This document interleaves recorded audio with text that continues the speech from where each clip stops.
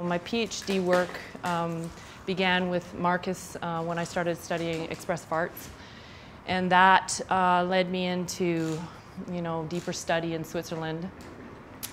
So that was one sort of element of what I was working with. I was kind of not feeling like I was really getting somewhere in my career. There was something missing, and it was the creative process that was missing for me. The second piece was the acrobatic yoga, which was something that I came into 5 years or so ago when I was in India. And little did I know that acrobatic yoga was going to teach me everything I needed to know about touch, which at that point in my life, touch was really, whatever, touch. What's touch? Touch. Everybody knows what touch is. What are you talking about? It was sort of my attitude at that time. And the third piece is the scientific piece of what touch has to offer us, and so little do we know about touch. So this is about that, and my PhD is for expressive arts, but it's centered on the topic of touch, which is so interesting how things kind of dynamically come together and synchronize in a way that you could have never planned, and that's kind of what happened, is that expressive arts, acrobatic yoga, and the science of touch all culminated into one PhD attempt. We'll see how it goes. So that's exactly what I want to talk to you about tonight. The format is very casual, okay? Even though it's academic in nature, I want you to feel free to be comfortable, leave and do what you have to do to take care of yourself in the period of my talk. It's being filmed because I have to be able to show that I actually did it. And I'd like to see if I actually did it. And I also want you to hold any questions you have, and then at the end, if you want to pose the questions, I'd be happy to talk to you about whatever it is that comes up from this talk that, blows your hair back or makes you more curious about the whole topic. I'm not from a touch-based family. I'm from a no-touch family, so for me, this is a topic that has really kind of resonated with my own humanity and my own nurturing and growth.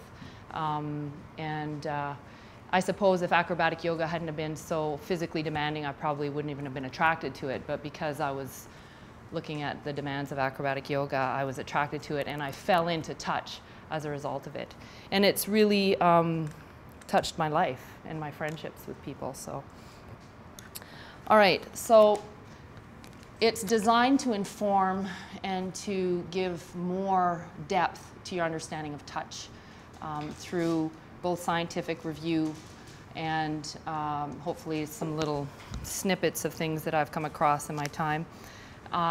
What we tend to do in the senses is we tend to superimpose the senses of further proximal experience, meaning sight and sound. We have much more interest in those than we do in the proximal senses, which are taste, smell, and touch.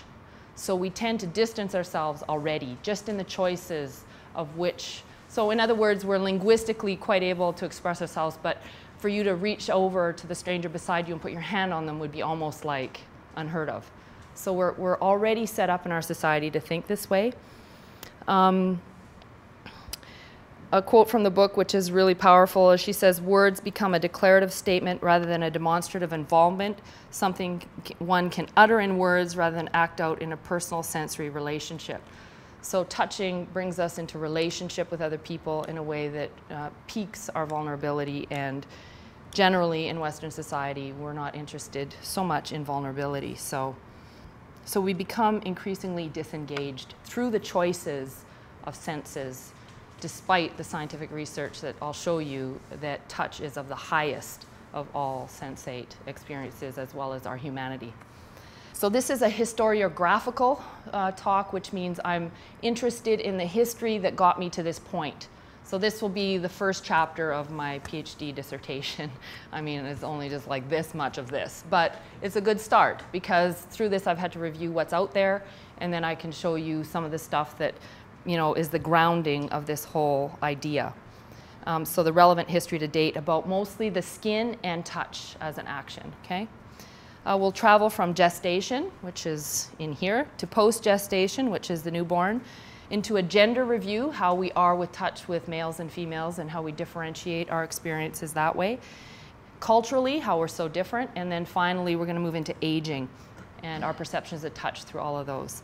So I'm going to try to be brief and not long-winded, and hopefully get a few laughs in there at the same time. You never know.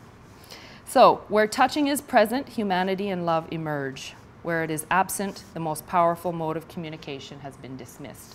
And you'll see through the scientific evidence that it's insane how we overlook it.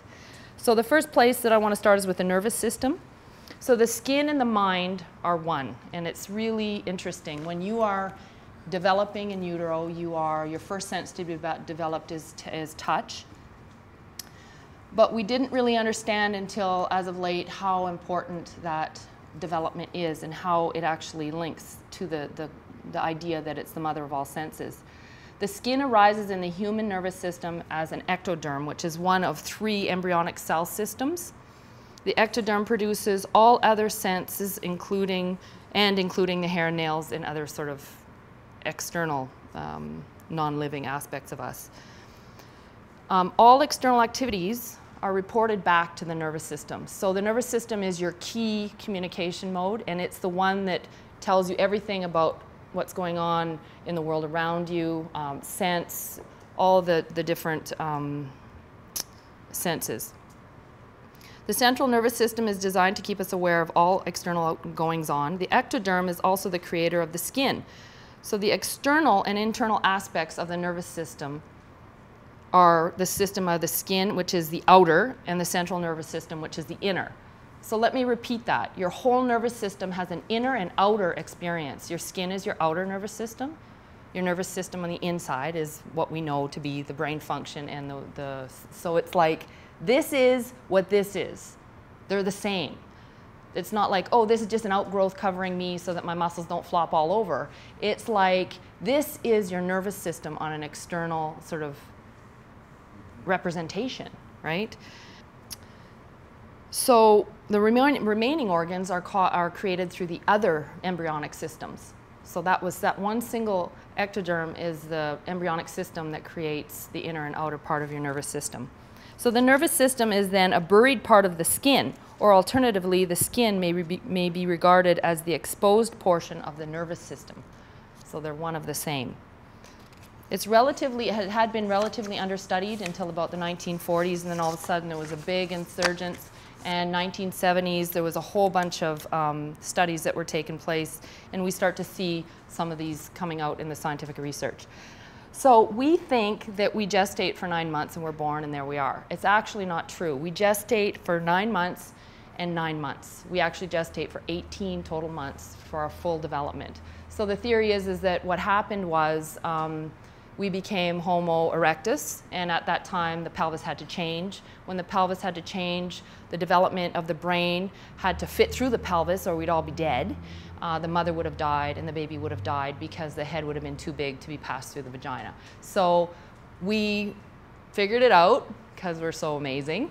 And so babies are born 9 months to get through the opening, okay?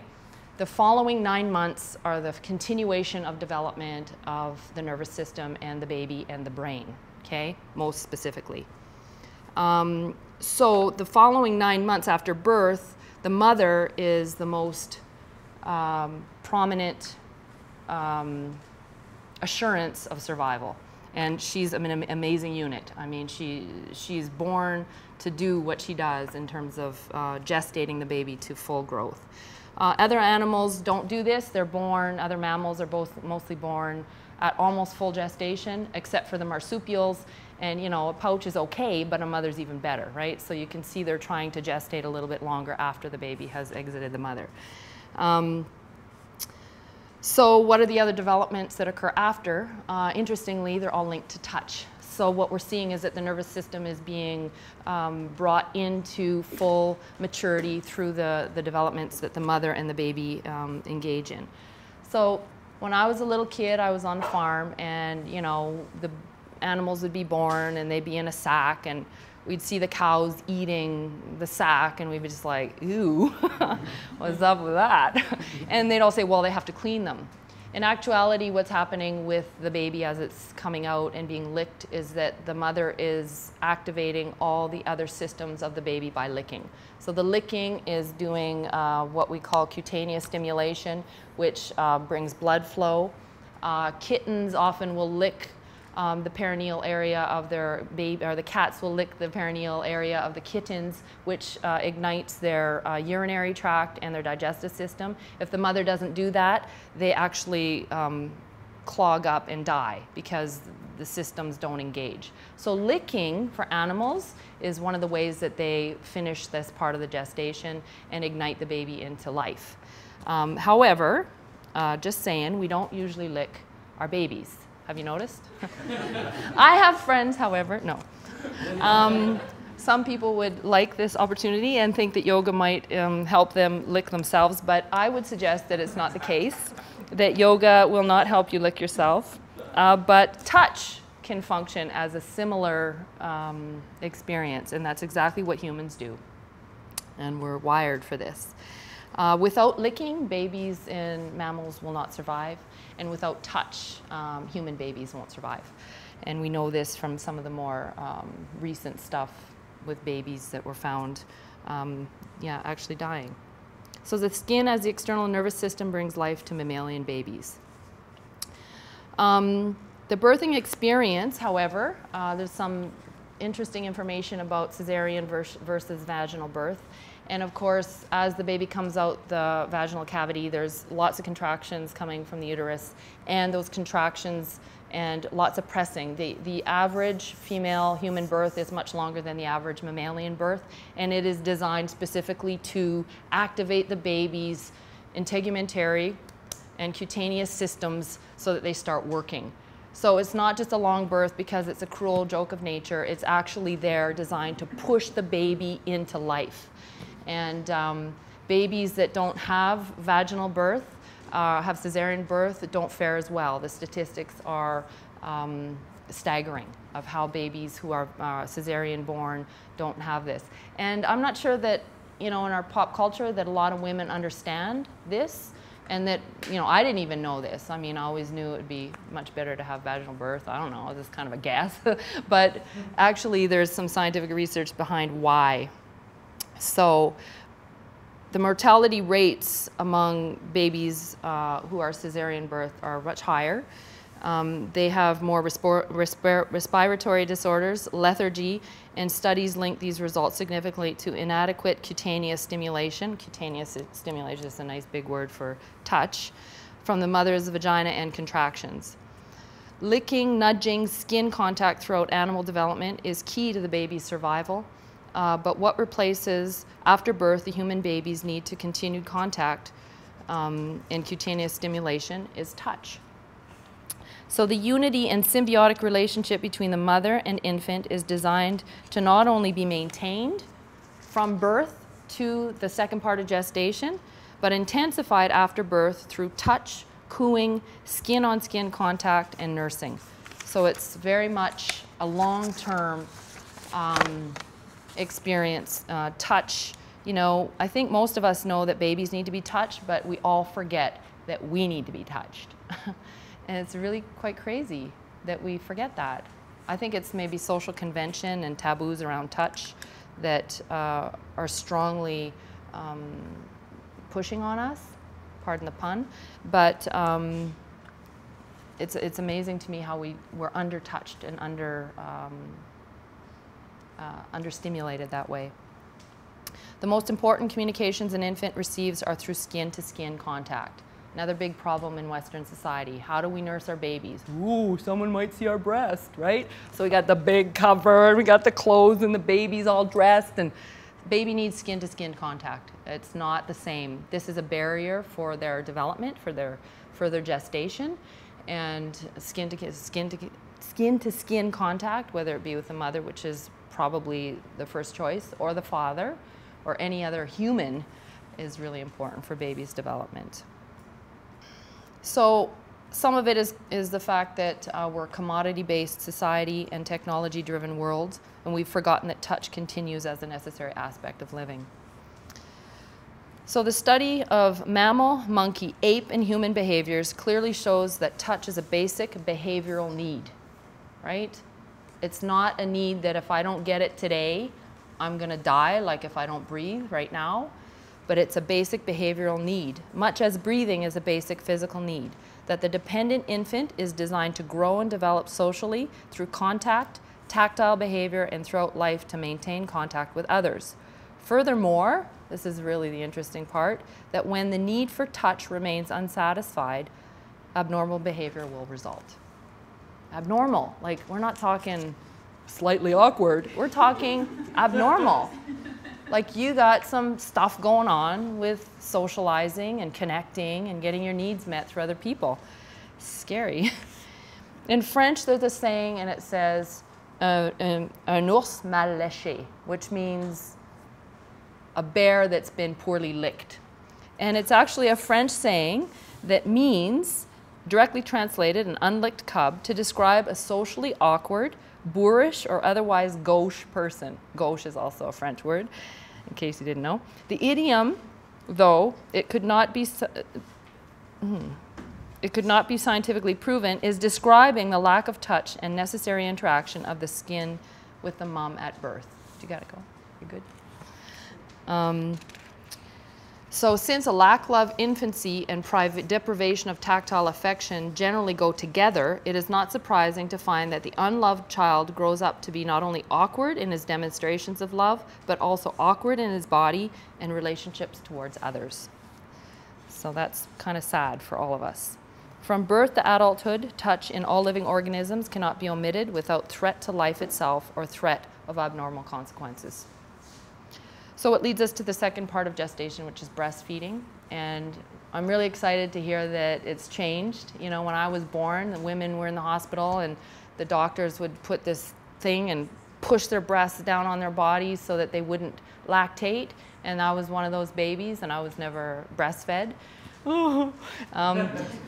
And so the breast would never fill. Now there's a resurgence of breastfeeding and, you know, it swings all over the place. You know, we're feeding them, we're not, we're circumcising, we don't know what to do. It's kind of like that.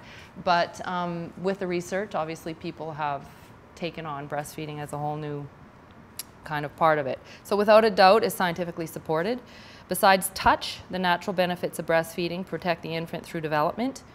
Artificially fed babies have 4 times as many respiratory problems, 20 times more diarrhea, 22 times more miscellaneous infections, 8 times as much eczema, 21 times more asthma, and 27 times more hay fever. Artificially fed babies are also slower to walk and talk. Not that it's a race, but developmentally it shows us a little bit about what their needs are and maybe what needs aren't being met. What is established is that the breastfeeding relationship constitutes the foundation for the development of all human social relationships. And the communications the infant receives through the warmth of the mother's skin constitute the first socializing experience of his life or her life. So there's a little piece of history to exemplify the nature of necessity of touch. In the 19th century, there was a disease called marasmus. Anybody heard of it? Marasmus. I don't know. It's a Greek word that means withering away. And what it actually was in the 20s, the death rate of infants in institutions was almost 100%. So babies under a year were almost all dying. And it was called this disease, marasmus. And what one fella did is he decided, he went to Germany. His name was Fritz Talbot. He was from Boston. He went to Germany and he went to a hospital in Germany. Now, not to say that the hospital in Germany was doing much more than we were in the United States, but he saw a lady with a baby on her hip. And he said to the attending doctor, hey, what's up with this? Who's that? And then he said, oh, that's old Anna. You know, after we've done everything medically possible for babies, we give the baby to old Anna, and she's always successful. So that's what happened. And by the 30s, infant mortality had been decreased from 38% to 10%. And like 100%. There were 2 hospitals in the US that didn't have a 100% failure rate, like the baby died in institutions. I didn't know that personal stat until I started doing some research. It was incredible. To prosper, children need handling, caring, caressing, cuddling, tickling, carrying, and in its absence, they die. It's that simple. So that takes us from gestation to post-gestation, and touch, and how we evolve as beings, and how the seeds are kind of set for our later development as adults. Next part I want to cover is gender, and I think this is really important for me. When I did the research, I was really moved by how we are different with males and females in our touch rules, and how those touch rules affect us as a race, as a humanity. So we engage in touch across families, cultures, and also across gender. So female babies are more likely to be breastfed. Don't ask me why. More likely to be touched and held, and therefore more likely to be able to transmit that early tactuality, which is a word, I didn't just make it up, into human relational behaviors. So women, little girls get more of this tactile stimulation, cutaneous stimulation. In other words, individuals who did not receive adequate levels of touch are clearly disadvantaged than those who did. Mothering is necessary for future sexual development as well. And so gender differences emerge as to how we might be going about getting the touch we need. And so as we evolve into adulthood, our touch needs, especially in societies where touch is not really considered okay, go unmet. And so we find different ways to get them met. I do acro, but besides acro, a lot of women have been, and in the studies have shown that women will often offer sexual experience in exchange for being held. They will literally go have sex so someone will hold them and touch them. And so that's the feminine sort of side of it, which was kind of interesting. It would also be short-sighted to assume that obsession with sex and sexuality in our society is really sexual and not a regressive need for touch in a society where touch is limited and even prescribed. Maybe it is not sex we yearn for, but rather connection. I know that's not a big surprise, but I was surprised as to what degree that this happens. Another gender issue is the fact that male organs are external and female sexual organs are not as much so. This might explain the taboos around touching and sexual pleasure. Myths are rampant about sexuality and touch, especially for females. Some sound like this: nice girls don't do that, nice girls don't touch themselves, nice girls don't let boys touch them, yada, yada, yada, and they go on like this ad nauseum. And these are very conditioning statements that we carry around with us in our bodies, and we believe them to be true. Ha ha ha, you guys. I see some snickers. So early conditioning may set us up to view all forms of touch as sexual, which is problematic. Male conditioning or lack of tactile experience may make them rough, crass, incompetent in foreplay and sensitivity, and insensitivity in sexual relations with women, and even with the handling and playing of children. So where the man or the male, the boy, doesn't get as much tactile stimulation, he becomes awkward and perhaps even more aggressive in his interrelationships with other people, women especially, and children. So sometimes in the absence of mothering, boys become men that are gorilla-like. She said it, not me. I'm just quoting it. I didn't say anything about gorilla-like. But it can be true. I don't know, maybe you've experienced this. People who, you know, not only are awkward, but are very rough in their touch. Many mothers reject their sons with the mistaken idea that to continue a deep and abiding attachment will cause them harm. Fathers also tend to reject affection toward their sons after a certain age. Therefore, the male receives overall less tactile stimulation, more confusing messages, and is more prone to sexualizing interactions. Mead, Margaret Mead, suggests that U.S. mothers are closer to their daughters than sons, and that mothers deliberately understimulate their sons both sexually and emotionally. A boy putting his arm around a friend, which you see a ton in India, would give rise to fear and alarm, and his father's skin might crawl. He might be thinking, oh dear. Repeated shows of affection would definitely require a one-to-one discussion about the appropriateness of touch in male cohorts. So already the boy, little boy, is getting the message that it's not okay. Touch between girls or women is also sanctioned for fear of misinterpretation. Touch has been largely, I got a great story for you. Kelsey and I sometimes do acro, and we've thought to ourselves, people think we're lesbians, don't they? And you know, we kind of chuckle because in acro, we don't really think this way, but mass society, sometimes whenever there's touch involved, they're like, and I did once a performance with Steven, and I was asked if we were lovers, and I was like, no. And you know, there was so much care and concern in the touch and sensitivity in the touch that it seemed like that. But yeah, so it's quite interesting. As I was saying, touch has been largely relegated to sexual expression, and we see this disassociation between males and females after sex, where the male partner usually draws away from the woman and does not touch her. Tactile sensibility varies greatly between genders. Girls have a lower touch and pain threshold, meaning they are much more responsive to tactile stimuli, requiring more touch for arousal, and this remains throughout life. Males are much more stimulated through visual stimulation. For a woman to refuse touch is a very strong signal. So from birth, our touch experience influences our later life, relationships, and even sexuality, and though gender experiences vary from males to females, both require it, both yearn for it, and would have certainly died without it. I remember going to a couples retreat when I was partnered with Jeremy, and we took a week and went to Taos, New Mexico. And the facilitators at the time said, you know, you should do 10 minutes of non-sexual touch every day. We kind of looked at each other like, what's that? And that wasn't that long ago that I was like thinking this way. But it just hadn't been in my experience to have touch that wasn't initiated because somebody wanted something from me. I had never been touched in a way that was like, just because. True story. Suffice it to say, every tragedy is a failure of communication, and what the child and the child receiving inadequate cutaneous stimulation suffers from this failure of integrative development as a human being, a failure in the communication of the experience of love.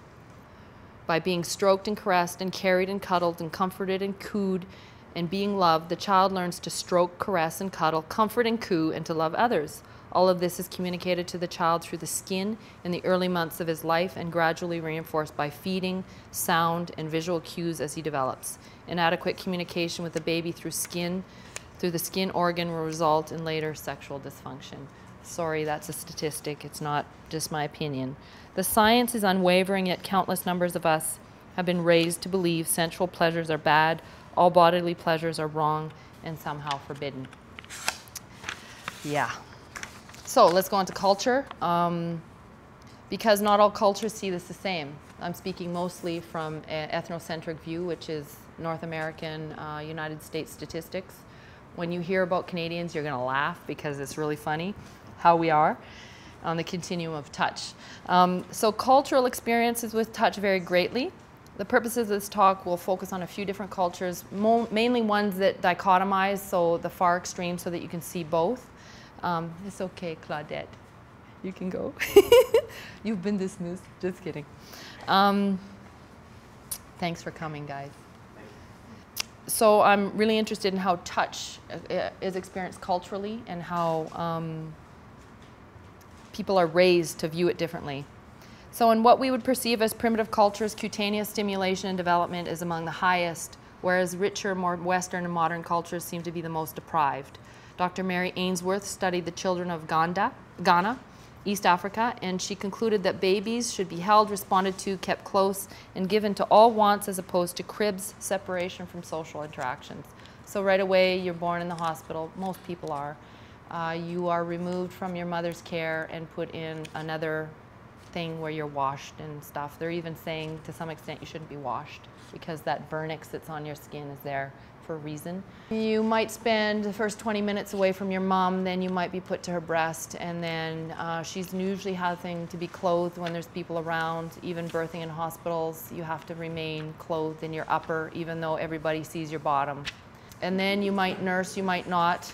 It's very strange what we do. We think that we are evolved, but we've actually moved away. So primitive cultures who maintain this are, their babies are actually responding to gestation more thoroughly through that next 9 months.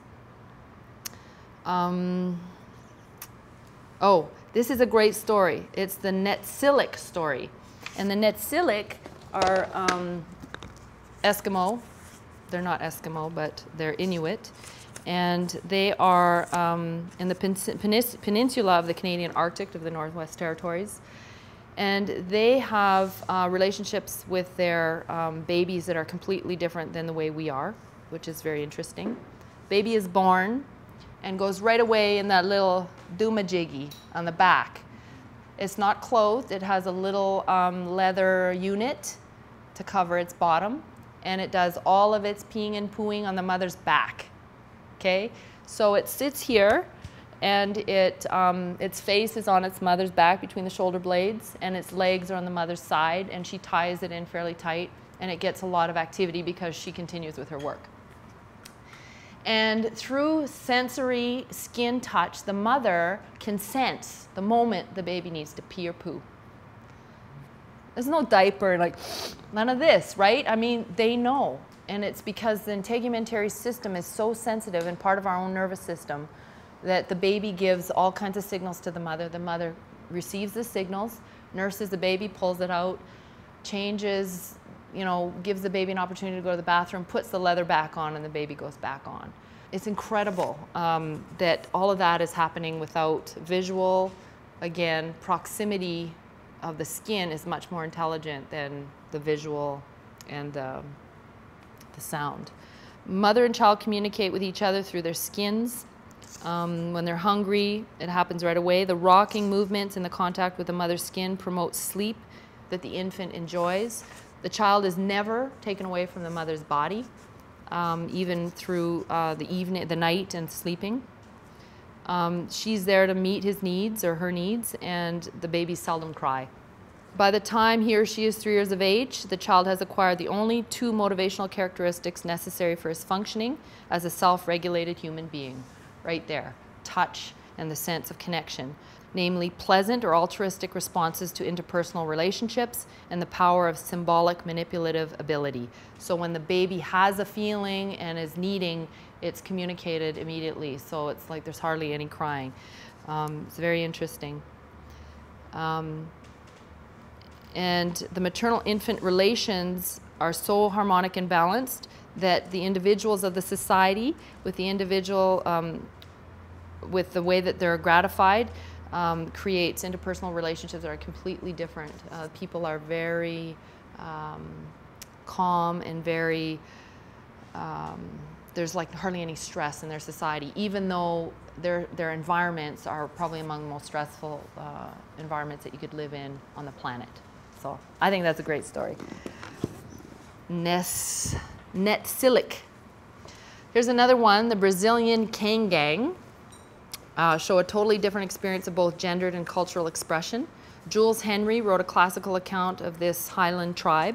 He quotes that the children lay around like cats, absorbing the delicious stroking of adults. And when they grow up, the men enjoy sleeping together in groups, not as sexual intimates, but simply for the sheer pleasure of the contact. Married and unmarried young men lie cheek to jowl, arms around one another, legs slung across bodies, for all the world like lovers in our society. Sometimes they lie caressing in knots of 3 or 4 people, 3 or 4 men, boys. Now, suffice it to say, your father would run and hide. Maybe I'm being presumptuous, but my father would have run and hid. In this study, Henry suggests that this creates a society where loyalty, companionship, friendship, and conflict resolution has deep roots and bonds so that it softens the edges when difficulties arise. So people who have this kind of intimate relationship are much less likely to go fist to fist or to have harsh words with each other because there's such a deep bond between them. Imagine our young males with current homophobic and touch perceptions behaving this way. It's like, yeah. Children with strong sense stimulation through touch result in easy, gentle, receptive, and unaggressive adult personalities. Wow, that's a big claim, isn't it? Cross-cultural investigations in a case by Prescott and Wallace, specifically of the relationship between tactile experience and aggressive behaviors. He explored 49 non-literate cultures and found a highly significant correlation between cutaneous stimulation and the lack of it, and aggressive behavior. Being a child of a highly literate, competitive society like America is quite a different experience. We omit the phase of deep skin-to-skin attachment by covering ourselves in the baby, removing the baby from direct contact from us when we are resting. We sever radically the mother and child symbiosis, which is designed to gestate the child to full development through skin touching and responsiveness. We've all heard of the upper-class English stiff upper lip, where courtesy would expect that you apologize for even lightly rubbing another person. But this is not a joke or a laughing matter. Distance was reinforced, emotions were curtailed, and it would appear deep affection was also only allowed towards pets. So now we're talking about the English and how the English culture has really, an Anglo-Saxon, which is, a lot of us are Anglo-Saxon. We're a mixed, obviously, cultural experience in Canada, but the roots of pioneers were Anglo-Saxon and very much like the English. So whereas Eastern touch rules with people, Eastern South American, like India, Pakistan, and some of the Middle Eastern cultures, make North Americans wonder if they are all gay or queer, as one dock worker is quoted saying. So we're so unaccustomed to men showing affection or any kind of tactile experience with each other that we think everybody who's a man touching a man is gay. Not that there's anything wrong with that, and I'm not even suggesting, I'm saying that that's our perception. It's completely... So as a broad generalization, Anglo-Saxon cultures are on the non-touch end of the spectrum, and Latin-based cultures are on the high touch. Do I have to ask you where Germans are? Well, with an emphasis on warrior-like virtues and the stubborn, dominant male type of approach, tactuality is not a top 10 on the list of a German. Sadly, the Nazis were known for their ability to inflict disassociated physical pain on other living beings, and a link exists between lack of tactile stimulation and punishment. So it's funny, but it's not funny. In contrast, Jews are very affectionate, tactile people, and they are best seen through the Jewish mother, doing caregiving and sometimes downright overbearing with affection and all the matzo ball soup you can eat.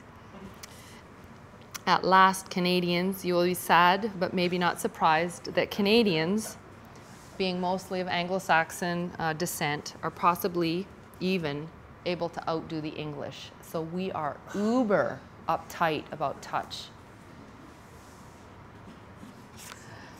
Oh, in fairness though, Germans and Czech and Germans, other Eastern European countries do not have the same Germanic. Some of them are very tactile, okay? So just to cover that for some of you who have, you know, that background. Of course, every family has its own culture. So you have a larger scope and context of culture, and then you have your familial.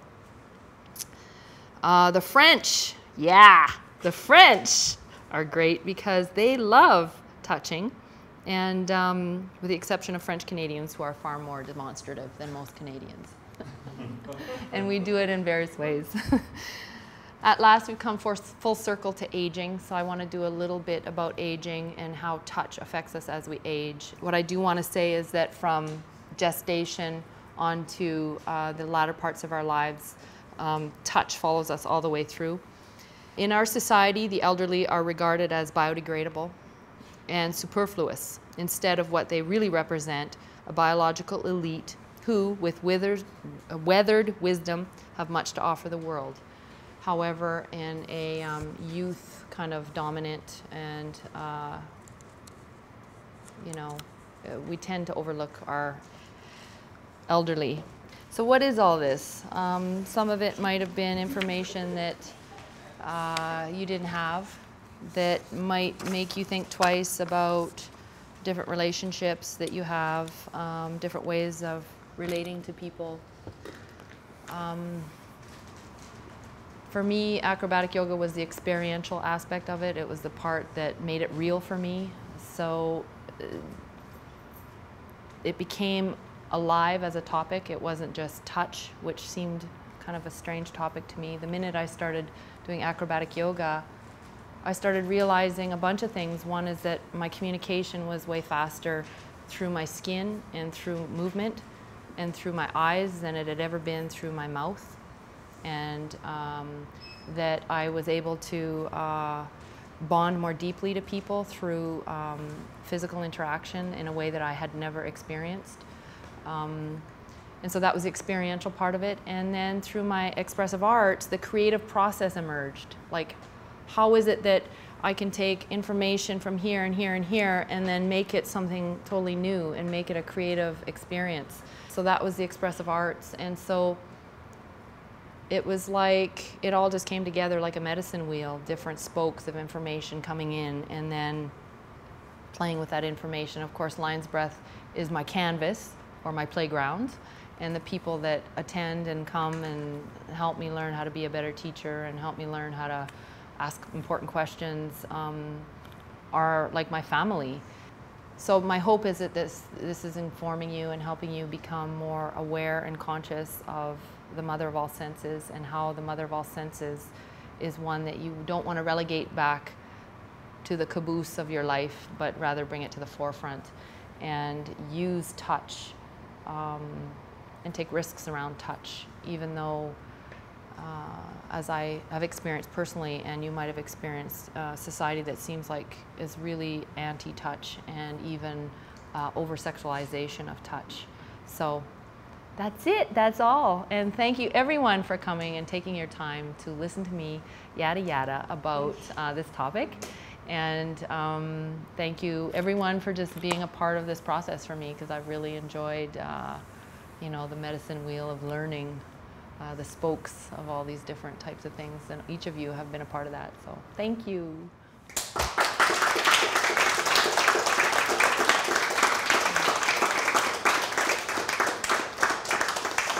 Thanks, guys. So if you have questions or things that have come to mind that you want to kind of throw out there, discussions, I don't have a problem with discussion, you know me, I can talk about anything.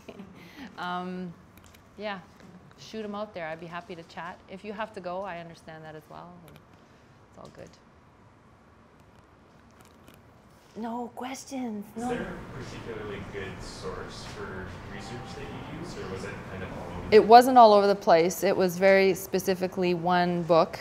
And my research isn't even begun. This is more of a historiographical, like what we know so far. And this book that I got was the one that seems to have the most broad and in-depth at once look at touch as a human experience. And that was Montague, Ashley Montague, Touching is the name of the book. And there's a whole bunch of stuff that I didn't even talk about that it was just earth-shattering to me, and how it affected, and more about my own upbringing. I was like, ooh, oh dear. Boy, did we miss the boat, right? In that time frame or whatever, so yeah. So she's awesome, and I have to read a whole bunch more like this, but. What's the last one? Montague, M-O-N-T-A-G-U. I'm just reflecting on how human beings are so amazingly adaptable, that there are so many of us that didn't get And we're still here. that touch. And could be seriously messed up, but somehow along the way, We figured it out. We find a way to get what we need to kind Yeah. of get back on track. Yes. It's interesting. And it's so deeply embedded that I think that we're not, you know, we're kind of isolated in our non-touch, but there's somewhere in awareness that we need to be touching. So it's like, it's a counter coup, you know, there's like a coup and a counter coup going on at the same time. We're like, right? Like somewhere in us we know, even though the socialization is against it, we know. And so you see insurgences of acrobatic yoga, or, you know, I heard there's some spooning thing going on. Mike told me that there's in the States, yeah, they lay in cuddle parties, right? And they just get together, cuddle, and everybody leaves. Raves, yeah. Yeah. So how do we as a culture get so vast backwards? Like we were talking about, we don't know, like circumcision, no circumcision. I know. And that whole like 50s and 60s was just terrible. I know. As far as raising babies. Like, how do we I think get so far the back? intellect, I mean, I hate to sound like I'm demonizing the intellect, but the intellect plays such an important like the growth of the knowledge mind, and then the withering of the heart and the senses, the human senses, and the gap between the two, I think is really dangerous. That disassociation from the feelings and I mean, I personally have experienced that when I did my master's. My head was like, you know, this far away from my heart and, you know, another yard up from my body. And imagine, yeah, it's not going to happen because it's on touch this time. But, you know, and then I had to like, you know, bring myself back together because the experience of academia had like completely discombobulated me. Like I was separate from myself. So, yeah, we're so smart that we lose touch with our greatest intelligence. And imagine the breast. I mean, right? It's there, the breast. It's on you. It's there for sucking. It gives the sweetest stuff, and yet we're like bottle feeding. Like, whose idea was that? So right? Somebody's really smart. Home birth is probably. Yeah. My experience of home birth was like way, way better than hospital birth. Yeah. I wasn't, but I had, yeah. And yeah, there's stuff that happens that, you know, and even family beds. I'm still trying to get my 8-year-old out of my bed. But, you know, some of that sense and touch and closeness that's required for human relationships happens in family bed. But again, I had a lot of socialization around sexuality where it was really dangerous, and I still have uncomfortable feelings around it because it's like everybody in the world's like, oh, and yet I still have concerns sexually around, you know, what it's like to have a kid that's still in your bed until what. So, I mean, I'm not saying I know, but I'm saying here's the scientific stuff that's telling us, you know, that touch is far more powerful as an aid to development than it is as something that hurts. I know, I was breastfed either. Yeah. My mom was like, I know, me too. oh, it's because they told us I that know. it was way better than breast milk. I know. And so she It's went marketing. with the scientists, right? It's marketing. They were all telling her Yeah. that it was Totally. better. And yeah, she used mercure and cold water Yeah. and cuts and stuff. Yeah. Iodine Yeah. because it was so much better. Totally. So she was trying to do the best. I know, and that was the same with institutionalized babies, is that medically they had everything. Yeah. And often higher class, and we didn't talk class differences, but class differences are remarkable. Higher class people touch their kids less. Lower class people touch them more. Because these guys are really worried about dirt and shit, and these guys don't care, right? Because everything's dirty, who cares? When I So brought it's my like, first baby home, my mother-in-law came over, and she said, "Don't hold her so much. you can spoil her. I know. Yeah, but Dr. are you Spock was a kidding me? real great guy, yeah, I know. I know, I was the You're same. crazy. Well, when I was breastfeeding my daughters, my father walked in. He says, you know, you keep doing that, your boobs are going to be hanging down to your knees by the time you're 50. And I was like, thanks, Dad.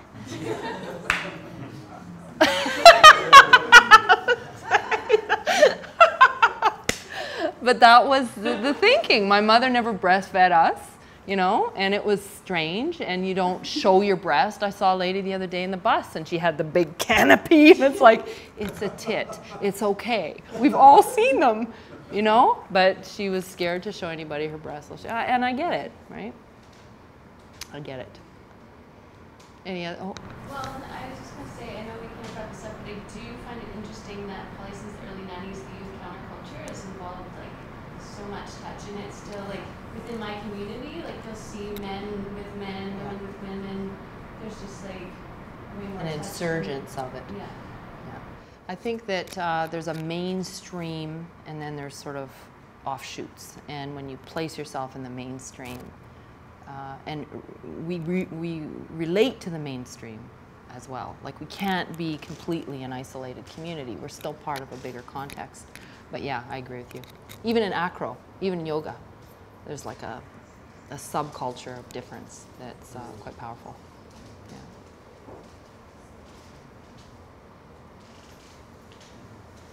You guys ready to go? There's some more carrot juice, so have a drink. Have a shot before you go. Thank you. Thanks, Marcus. Thank you. Thanks, Lindsay.